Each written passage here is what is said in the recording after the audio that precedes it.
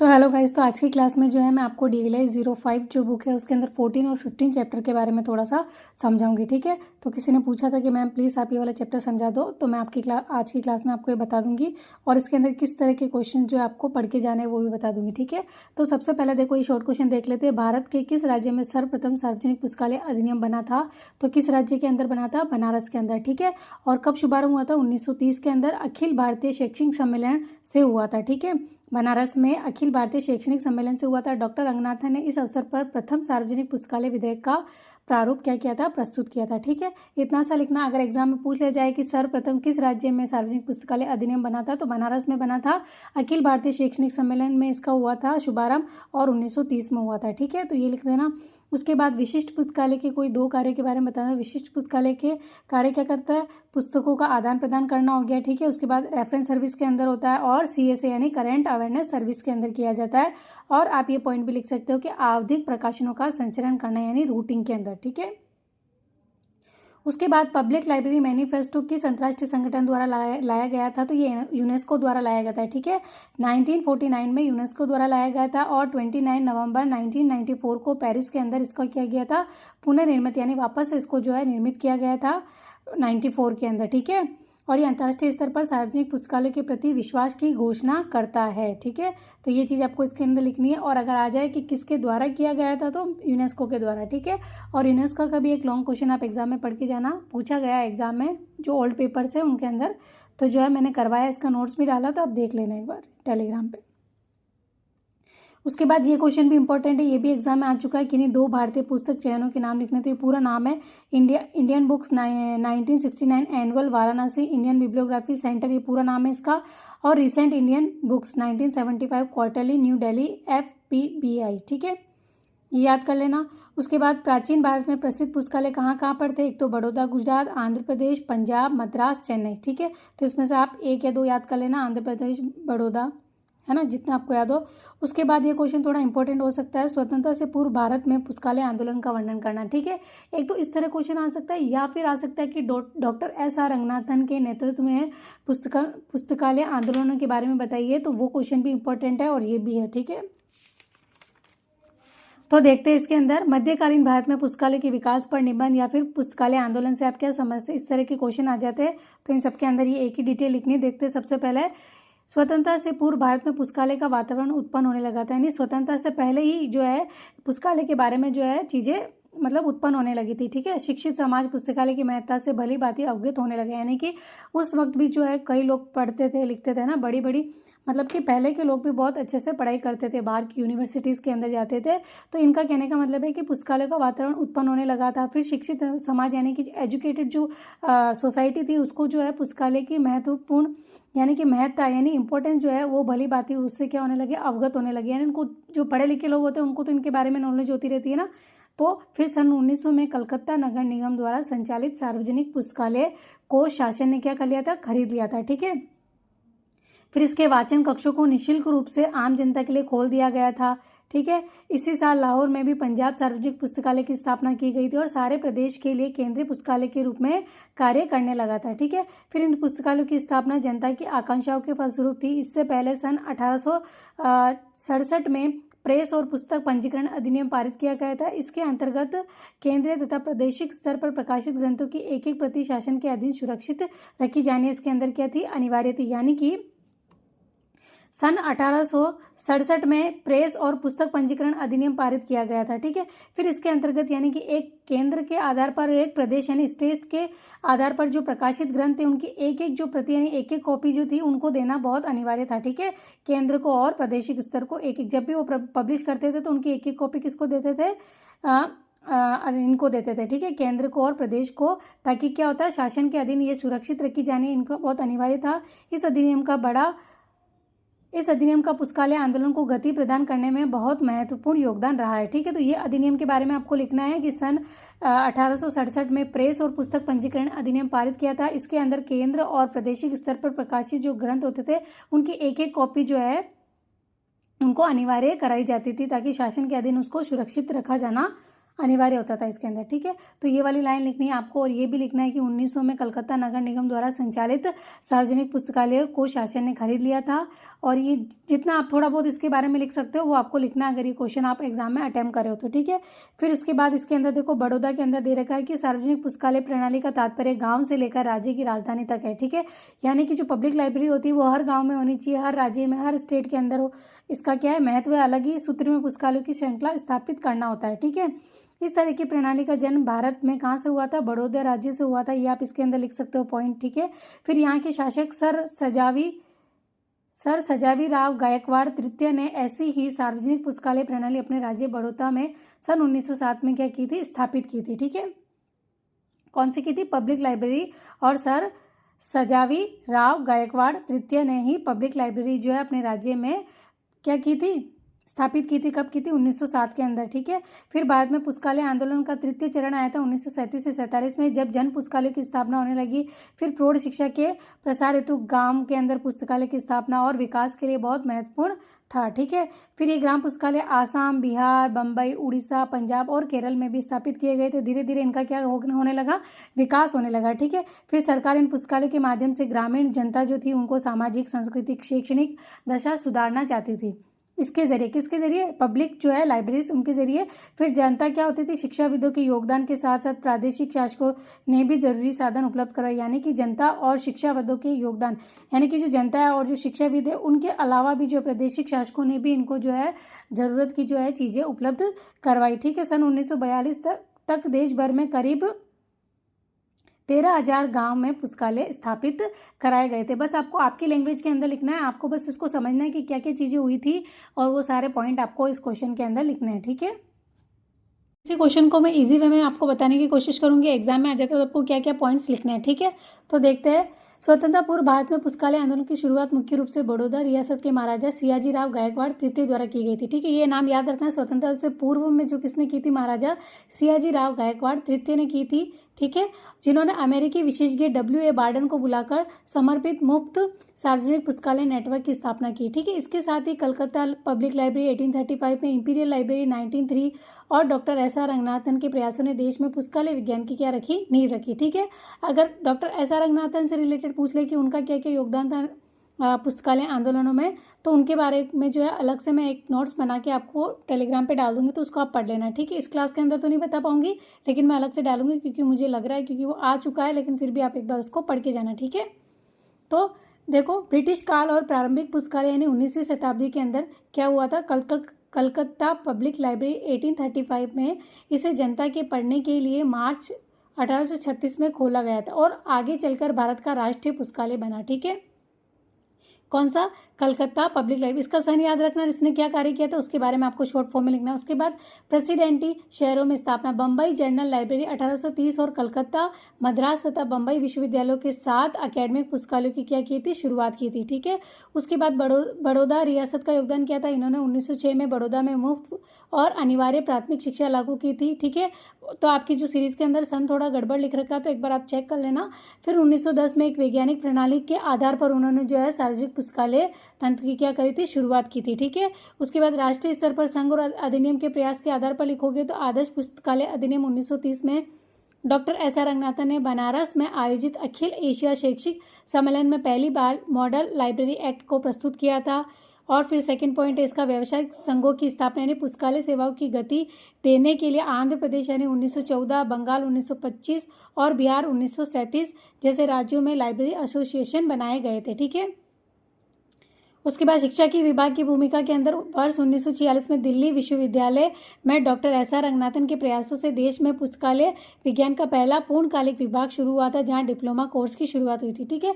इस क्वेश्चन के अंदर आप कुछ भी मन से नहीं लिख सकते, इसके अंदर आपको पढ़ना ही पड़ेगा, सारे सन पढ़ने पड़ेंगे, कौन कौन सी रियासत का योगदान था, है ना, और किसने कब शुरुआत की थी। इस क्वेश्चन के अंदर आपको ये सारी डिटेल लिखनी ही पड़ेगी, ठीक है। तो ये वाला क्वेश्चन हो गया। उसके बाद ये एक तो देखो, भारत से पहले स्वतंत्रता से पूर्व पूछ सकता है या फिर स्वतंत्रता के बाद में क्या क्या बदलाव आए थे, पुस्तकालय आंदोलनों का वर्णन पूछा जा सकता है। तो देखते हैं बाद में क्या क्या हुआ था। देखो, स्वतंत्रता बाद भारतीय पुस्तकालय आंदोलन निम्न प्रकार था, यानी कि 1947 में भारत की स्वतंत्रता के पश्चात भारत में पुस्तकालय आंदोलन के लक्ष्य की प्राप्ति के लिए कुछ महत्वपूर्ण कार्य किए गए थे, ठीक है। यानी कि पुस्तकालय के अंदर बहुत सारे जो है महत्वपूर्ण कार्य क्या क्या किए गए थे, इन सब में शासन, शिक्षाविद, पुस्तकालय अध्यक्ष और जनता का सहयोग एवं योगदान उपलब्ध था। ठीक है, तो इनका कहने का मतलब इसके अंदर जो गवर्नमेंट है ना, गवर्नमेंट हो गई, शिक्षा हो गई और जो पुस्तकालय के अध्यक्ष है और वहाँ की जो जनता है, उन सबके योगदान से ही ये क्या हुआ, उपलब्ध था। ठीक है, इसमें आंदोलन में तीव्र गति आई और पुस्तकालय शैक्षणिक यानी कि अकेडमिक जो लाइब्रेरीज है और जो विशिष्ट पुस्तकालय है ना, रिसर्च वाले के संदर्भ में अलग अलग उपयोग रखे गए थे। ठीक है, तो पहला हो जाता है पब्लिक लाइब्रेरी। पब्लिक लाइब्रेरी के अंदर भी पॉइंट्स है, जैसे देखो राष्ट्रीय पुस्तकालय। ठीक है, तो राष्ट्रीय पुस्तकालय के बारे में आप लिखोगे, यानी कि भारत में सन 1948 में, 47 में तो आज़ाद हुआ था, फिर 48 में क्या होता है, भारत सरकार ने कलकत्ता में स्थित इंपीरियल लाइब्रेरी जो है को भारतीय राष्ट्रीय पुस्तकालय के रूप में परिवर्तित किया था। ठीक है, अगर पूछ लिया जाए भारतीय राष्ट्रीय पुस्तकालय का क्या नाम है, तो इंपीरियल लाइब्रेरी, उसको परिवर्तित किया था। इस पुस्तकालय पर विचार करने के लिए एक सीमित समिति गठित हुई थी। ठीक है, इस समिति ने राष्ट्रीय केंद्रीय पुस्तकालय की स्थापना दिल्ली में की जाने की सिफारिश की। ठीक है, यानी कि इस समिति ने राष्ट्रीय केंद्रीय पुस्तकालय की स्थापना कहाँ पे की जाने की सिफारिश की थी, दिल्ली के अंदर, लेकिन इसके अंदर कोई भी प्रगति नहीं हुई थी। ये पुस्तकालय कलकत्ता में ही स्थापित है। ठीक है, इन्होंने दिल्ली में कोशिश करी बट कुछ भी नहीं हुआ, तो ये कलकत्ता के अंदर है और सन 1947 के बाद इसमें बहुत क्या हुआ था, विकास हुआ था। तो ठीक है, तो आप पब्लिक लाइब्रेरी के अंदर राष्ट्रीय पुस्तकालय के बारे में लिखोगे, इंपीरियल लाइब्रेरी के बारे में सन लिखोगे, इसके बारे में लिखोगे। ठीक है, उसके बाद बी पॉइंट है डिलीवरी ऑफ बुक्स, यानी पब्लिक लाइब्रेरी एक्ट 1954, इसके बारे में लिखोगे।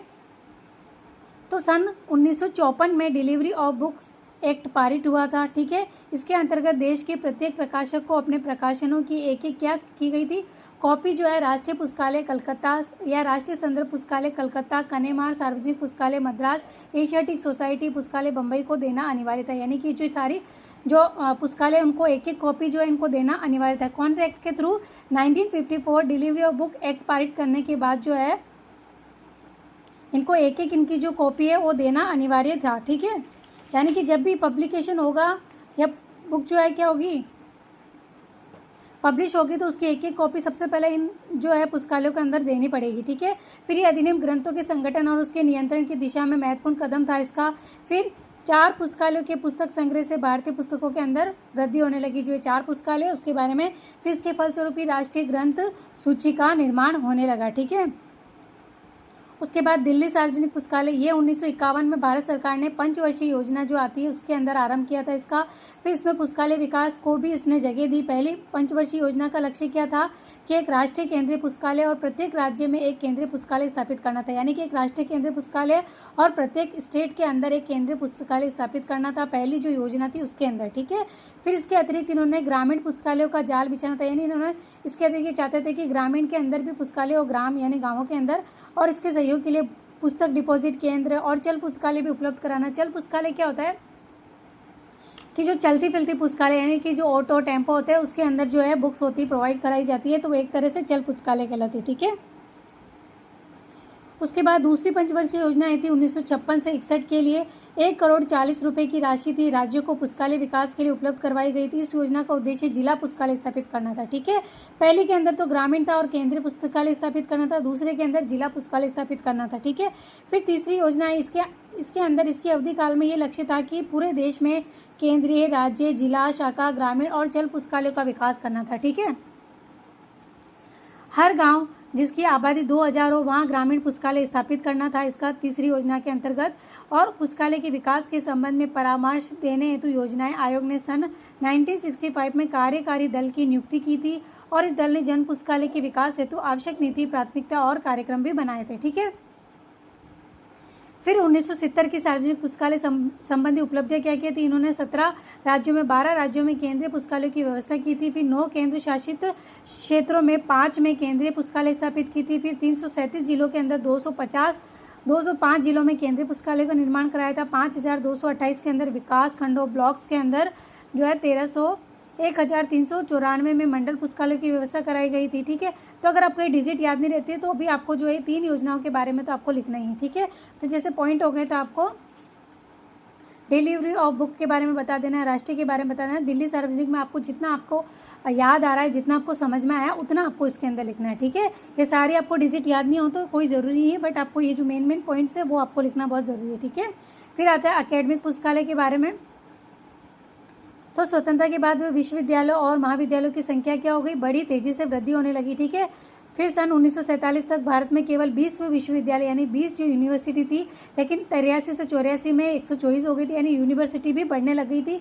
तो फिर 15 यूनिवर्सिटी स्तर की संस्थाएं और 5246 जो है कॉलेजेस हो गई। ठीक है, फिर लगभग इन सभी विश्वविद्यालय और महाविद्यालयों में क्या एकेडमिक पुस्तकालय स्थापित किए गए थे। जन पुस्तकालयों की तुलना में इन पुस्तकालयों की स्थिति बहुत अच्छी रही थी। ठीक है, पुस्तकालय अपने विश्वविद्यालय तथा महाविद्यालय के शैक्षणिक और शोध कार्यक्रमों में योगदान दिया था।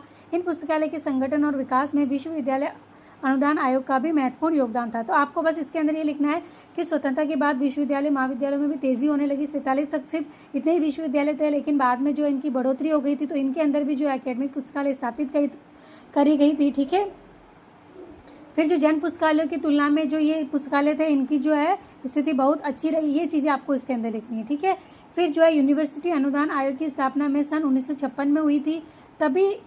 तभी से इसने विश्वविद्यालय और महाविद्यालयों को पुस्तक संग्रह, पुस्तकालय भवन और व्यावसायिक कर्मचारियों के विकास हेतु धनराशि इसके अंदर प्रदान की थी। ठीक है, जिसके फलस्वरूप पुस्तकालय सेवाओं में काफ़ी सुधार हुआ था। यह डिटेल आपको लिखनी है ईजी लैंग्वेज में। ठीक है, इस आयोग ने सन 1957 में, कौन सा आयोग ने, शैक्षणिक वाले ने 1957 में डॉक्टर XR रंगनाथन की अध्यक्षता में पुस्तकालय समिति का भी संगठन किया था। फिर 1959 में इस समिति ने महत्वपूर्ण संस्कृत पुस्तकालयों को क्या करी थी, विकास हेतु दी थी। ठीक है, तो सेकंड हमारा एकेडमिक के बारे में आपको लिखना है। फिर विशिष्ट यानी कि रिसर्च वाले जो है उसके अंदर क्या क्या चीज़ें देखते हैं हम। विशिष्ट पुस्तकालय की श्रेणी में शासकीय विभाग हो गया, उद्योग धंधों है ना, वैज्ञानिक रिसर्च, प्रयोगशाला से जुड़े हुए कार्य, ये पुस्तकालय इसके अंदर आते हैं। ठीक है, भारत में कई विशिष्ट पुस्तकालय, इनमें करीब 500 से अधिक महत्वपूर्ण है, इंपॉर्टेंट है, यानी कि बहुत सारे, उसमें से ये वाले जो इंपॉर्टेंट है 500। उदाहरण के लिए जैसे भारतीय वैज्ञानिक एवं औद्योगिक परिषद ICMR हो गया, DRDO हो गया है ना, रक्षा अनुसंधान एवं विकास संस्था के अंदर हो गया। तो संबंधित पुस्तकालयों में शोध कार्य में बहुत अच्छा योगदान दिया है। ठीक है, तो आपको ये सारी चीज़ें लिखनी है। DRDO के अंदर इसका बहुत अच्छा योगदान है। ठीक है, वैज्ञानिक प्रयोगशाला, केंद्रीय मंत्रालय हो गया, लोकसभा, विधानसभा और अन्य अनुसंधान संस्थाओं में पुस्तकालयों में पुस्तकालय सूचना बहुत ही अच्छी व्यवस्था हो गई है ना। अब स्वतंत्रता के बाद क्या क्या चीज़ें, क्या क्या परिवर्तन हुआ, वो सारी चीज़ें आपको इसके अंदर लिखनी है। ठीक है, तो इसके अंदर या तो स्वतंत्रता से पूर्व आंदोलन पूछा जा सकता है, या फिर बाद में पूछा जा सकता है, या फिर ये पूछा जा सकता है भारत में पुस्तकालय आंदोलन के बारे में बताना। तो आपको ये जो भी इंपीरियल है ना, दिल्ली पब्लिक एक्ट, इन सब के बारे में जितनी भी चीज़ें आपको याद हो वो सारी इसके अंदर आपको लिखनी है। ठीक है, देखो उसके बाद आपको जो है ये स्वतंत्रता से पूर्व और बाद में पूछा जाएगा एक तो ये क्वेश्चन, और एक अगर ये पूछ ले कि 20वीं शताब्दी में भारत में पुस्तकालय आंदोलन में किए गए प्रयासों का वर्णन कीजिए, अगर ये आ जाए तो इसको जो है इजी वे में मैंने आपको यही सारे पॉइंट है उससे रिलेटेड मैंने आपको शॉर्ट फॉर्म के अंदर जो है नोट्स बनाए हैं, तो उसके अंदर मैं आपको ये सारी डिटेल जो है इसी के अंदर बता दूंगी। ठीक है, तो देखते हैं ये वाला क्वेश्चन। देखो 20वीं शताब्दी में भारत का पुस्तकालय आंदोलन, भारत में पुस्तकालय को आधुनिक बनाने के लिए और उन्हें आम जनता तक पहुंचाने के लिए कई महत्वपूर्ण प्रयास किए गए थे। ठीक है, तो पहला पुस्तकालय संघ था, यानी कि 1914 में आंध्र प्रदेश में आंध्र लाइब्रेरी एसोसिएशन की स्थापना हुई थी, जिसने पुस्तकालय के प्रचार में क्या करी थी, मदद करी थी। ठीक है, उसके बाद सेकंड पॉइंट है पुस्तकालय शिक्षा, यानी 1915 में पंजाब विश्वविद्यालय लाहौर में पहली बार विश्वविद्यालय स्तर पर पुस्तकालय विज्ञान की ट्रेनिंग शुरू हुई थी। ठीक है, उसके बाद डॉक्टर SR रंगनाथन का आगमन 1924 में हुआ था, जिन्होंने डॉक्टर SR रंगनाथन को मद्रास यूनिवर्सिटी का क्या कहा गया था, लाइब्रेरियन बनाया गया था। ठीक है, इन्हें भारत में पुस्तकालय विज्ञान का क्या कहा जाता है, जनक कहा जाता है। उसके बाद ये सारे पॉइंट आपको 20वीं शताब्दी के अंदर लिखने हैं। ठीक है, फिर भारतीय पुस्तकालय संघ 1933 राष्ट्रीय स्तर पर इंडियन लाइब्रेरी एसोसिएशन ने ILA की स्थापना की गई थी, जिसने पूरे देश के पुस्तकालयों को एक साथ क्या किया था, जोड़ा था। ठीक है, उसके बाद विश्वविद्यालय स्तर पर विभाग यानी 1946 दिल्ली विश्वविद्यालय में पहली बार पुस्तकालय विज्ञान विभाग की स्थापना की गई थी। फिर पहला पुस्तकालय कानून 1948 यानी आज़ादी के तुरंत बाद डॉक्टर SR रंगनाथन के प्रयासों में मद्रास पब्लिक लाइब्रेरी एक्ट पास हुआ था, ये भारत का पहला पुस्तकालय कानून था। ठीक है, उसके बाद अब 20वीं शताब्दी के आंदोलन में क्या क्या प्रयास किए गए थे, पहला तो राष्ट्रीय पुस्तकालय यानी 1948 में इंपीरियल लाइब्रेरी का नाम बदलकर इसे भारत का राष्ट्रीय पुस्तकालय घोषित किया था। ठीक है, इसके बाद ही हैदराबाद, आंध्र प्रदेश, मैसूर और महाराष्ट्र जैसे राज्यों में भी सभी पुस्तकालय कानून क्या करे गए थे, बनाए गए थे। ठीक है, उसके बाद सेकंड है library development plan 1950। Doctor SR Ranganathan ने भारत पुस्तकालयों के विकास के लिए एक 30 साल का प्लान तैयार किया था। भले ही सरकार ने इसे पूरी तरह लागू नहीं किया था, लेकिन ये विश्वविद्यालयों में इस तरह पर इस पर बहुत चर्चा हुई थी, ठीक है। तो 1950 के अंदर लाइब्रेरी डेवलपमेंट प्लान आया था, जिस डॉक्टर एस आर रंगनाथन ने तैयार किया था, और पूरा इसके अंदर 30 ईयर्स का जो है प्लान रेडी किया था, बट इसने जो है भारत सरकार ने इसे पूरा लागू नहीं किया था, ठीक है। तो इसके बारे में आपको लिखना है। और अगर डॉक्टर एस आर रंगनाथन के बारे में पूछे तो भी आपको ये वाला पॉइंट लिखना है उसके अंदर, ठीक है। फिर दिल्ली पब्लिक लाइब्रेरी 1951 में दिल्ली पब्लिक लाइब्रेरी का भी एक लॉन्ग क्वेश्चन आ सकता है, तो उसको भी रेडी करना अच्छे से। तो 1951 में यूनेस्को के सहयोग से भारत सरकार ने इसकी शुरुआत की थी। ये एशिया की सबसे व्यस्त लाइब्रेरी बन गई है। इसके तहत कई शाखाएं, मोबाइल लाइब्रेरी और ब्रेल लाइब्रेरी भी जो है खोली गई है। जैसे ब्रेल किसके लिए होती है? नेत्रहीन लोगों के लिए होती है, ठीक है। उसके बाद 4th पॉइंट है सिन्हा कमेटी रिपोर्ट। 1958 में भारत सरकार ने 1957 में केपी सिन्हा की अध्यक्षता में एक कमेटी बनाई थी, ठीक है। इस कमेटी ने 1958 में अपनी रिपोर्ट दी थी, जिसमें पुस्तकालयों को बेहतर बनाने के लिए एक महत्वपूर्ण सुझाव दिया गया था, ठीक है। तो आपको जो है इस आंदोलन के अंदर केपी सिन्हा कमेटी के बारे में भी लिखना है, और इसके अंदर इन्होंने क्या क्या सुझाव दिए थे? पंचायत, ब्लॉक, जिला और राज्य स्तर पर लाइब्रेरी खोली जानी चाहिए, लोगों तक किताबें पहुंचने के लिए विशेष सेवाएं और मंत्रिमंडल यानी ब्लॉक क्लब्स बनाए जाए, ठीक है। फिर पुस्तकालयों के बीच में इंटर लाइब्रेरी लोन, एक दूसरे से किताब उधार लेना शुरू हो इसके अंदर, ठीक है। पुस्तकालय कर्मचारियों को काम तय हो और उनके हुनर को बढ़ाने के लिए ट्रेनिंग दी जाए, ठीक है। तो ये सारे पॉइंट इसके अंदर लिखने। उसके बाद प्रमुख राज्य स्तर पर क्या क्या प्रयास किए गए थे, तो इसके अंदर भी बहुत सारी कमेटियाँ थी। लाइब्रेरी डेवलपमेंट कमेटी बम्बई 1930-40 के अंदर ए फैजी की अध्यक्षता में बनी समिति ने गांव तक पुस्तकालय पहुंचाने की योजना दी, ठीक है। आपके जो सीरीज़ के अंदर इस क्वेश्चन के जो पॉइंट है वो सारे मैंने वही लिए, बट इजी लैंग्वेज में और शॉर्ट फॉर्म में बताने की कोशिश की है, क्योंकि क्या होता है कि आप इतना लॉन्ग ज़्यादा लिख नहीं पाओगे, तो इतना भी आप एग्जाम में लिख लोगे 500 शब्द से रिलेटेड, तो भी आपको जो है अच्छे नंबर मिल जाएंगे, ठीक है। बाकी आप एक बार सीरीज़ का और पढ़ लेना, आपको जो बेटर लगे आप वो लिखना, ठीक है। तो सेकंड पॉइंट है BNB सुब्बारायन समिति 1974 तमिलनाडु सरकार द्वारा गठित। इस समिति ने पुस्तकालय प्रणाली को बेहतर बनाने के लिए जिला स्तर पर पुस्तकालय अधिकारी नियुक्त करने का क्या दिया था? सुझाव दिया था, ठीक है। फिर थर्ड पॉइंट है गोपाल राव एक्कबोटे समिति 1976 आंध्र प्रदेश सरकार द्वारा सार्वजनिक पुस्तकालय अधिनियम की समीक्षा और सुधार के लिए ये बनाई गई समिति थी, ठीक है। उसके बाद फोर्थ पॉइंट है वावीलावा गोपाल कृष्ण समिति 1978 में गैर सरकारी पुस्तकालयों की स्थिति सुधारने और उन्हें सरकारी जो है आर्थिक ग्रांट देने के लिए ये नियम और तथा तय करने के लिए बनाई गई समिति थी, ठीक है। तो ये समितियों के नाम याद कर लेना, इन समितियों का क्या क्या कार्य था, क्या क्या करने के लिए समितियाँ बनाई गई थी, उन चीज़ों का आपको ध्यान रखना है, ठीक है। और अगर आंदोलन से रिलेटेड सवाल आ जाता है आपका, तो ये सारे पॉइंट्स आपको लिखने हैं। राष्ट्रीय पुस्तकालय से रिलेटेड, दिल्ली पब्लिक लाइब्रेरी है ना, लाइब्रेरी डेवलपमेंट, केपी सिन्हा, तो ये सारे पॉइंट आपको लिखने हैं, ठीक है। तो ये हमारा जो है चैप्टर नंबर 14 का लास्ट क्वेश्चन था। तो देखो सारे पॉइंट मैंने आपको बताया, दिल्ली पब्लिक भी बताया, रिपोर्ट एडवाइजरी कमेटी यानी केपी सिन्हा वाली है, ठीक है, इसका नाम यही है।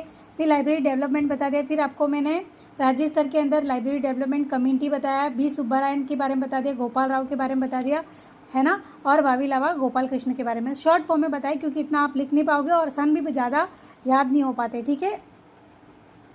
तो ये हमारा जो है चैप्टर नंबर 14 कंप्लीट हो गया। इसके अंदर ये 3 क्वेश्चन इंपॉर्टेंट थे, यानी कि आंदोलन से रिलेटेड आ जाते तो आपको ये सारी चीज़ें लिखनी है कुल मिला के, बस आपको इतना ध्यान देना है, ठीक है। तो ये हमारा 14 चैप्टर हो गया। अब मैंने 15 चैप्टर भी बोला था, लेकिन एक जो है क्लास बहुत लंबी हो गई, इसलिए अगली क्लास के अंदर मैं आपको 15 चैप्टर बता दूंगी DLI 05 के लिए, ठीक है। आज के लिए इतनी क्लास काफ़ी है, और आप लोग जो है अच्छे से इनको पढ़ के जाओ। जो समझ नहीं आया आप उसे कमेंट में पूछ सकते हो, या फिर टेलीग्राम पे भी पूछ सकते हो, ठीक है। इसके सारे जो नोट्स है मैं टेलीग्राम पर डाल रही हूँ, अगर कोई नया बच्चा है तो वो मेरा टेलीग्राम चैनल जो है ज्वाइन कर लेना, डिस्क्रिप्शन बॉक्स में इसका लिंक दे रखा है। और अगर आपको वीडियो अच्छी लगी हो तो लाइक करें, शेयर करें, और कोई भी दिक्कत हो तो आप मुझसे पूछ सकते हैं, ठीक है। थैंक यू, और मेरे चैनल को सब्सक्राइब करना।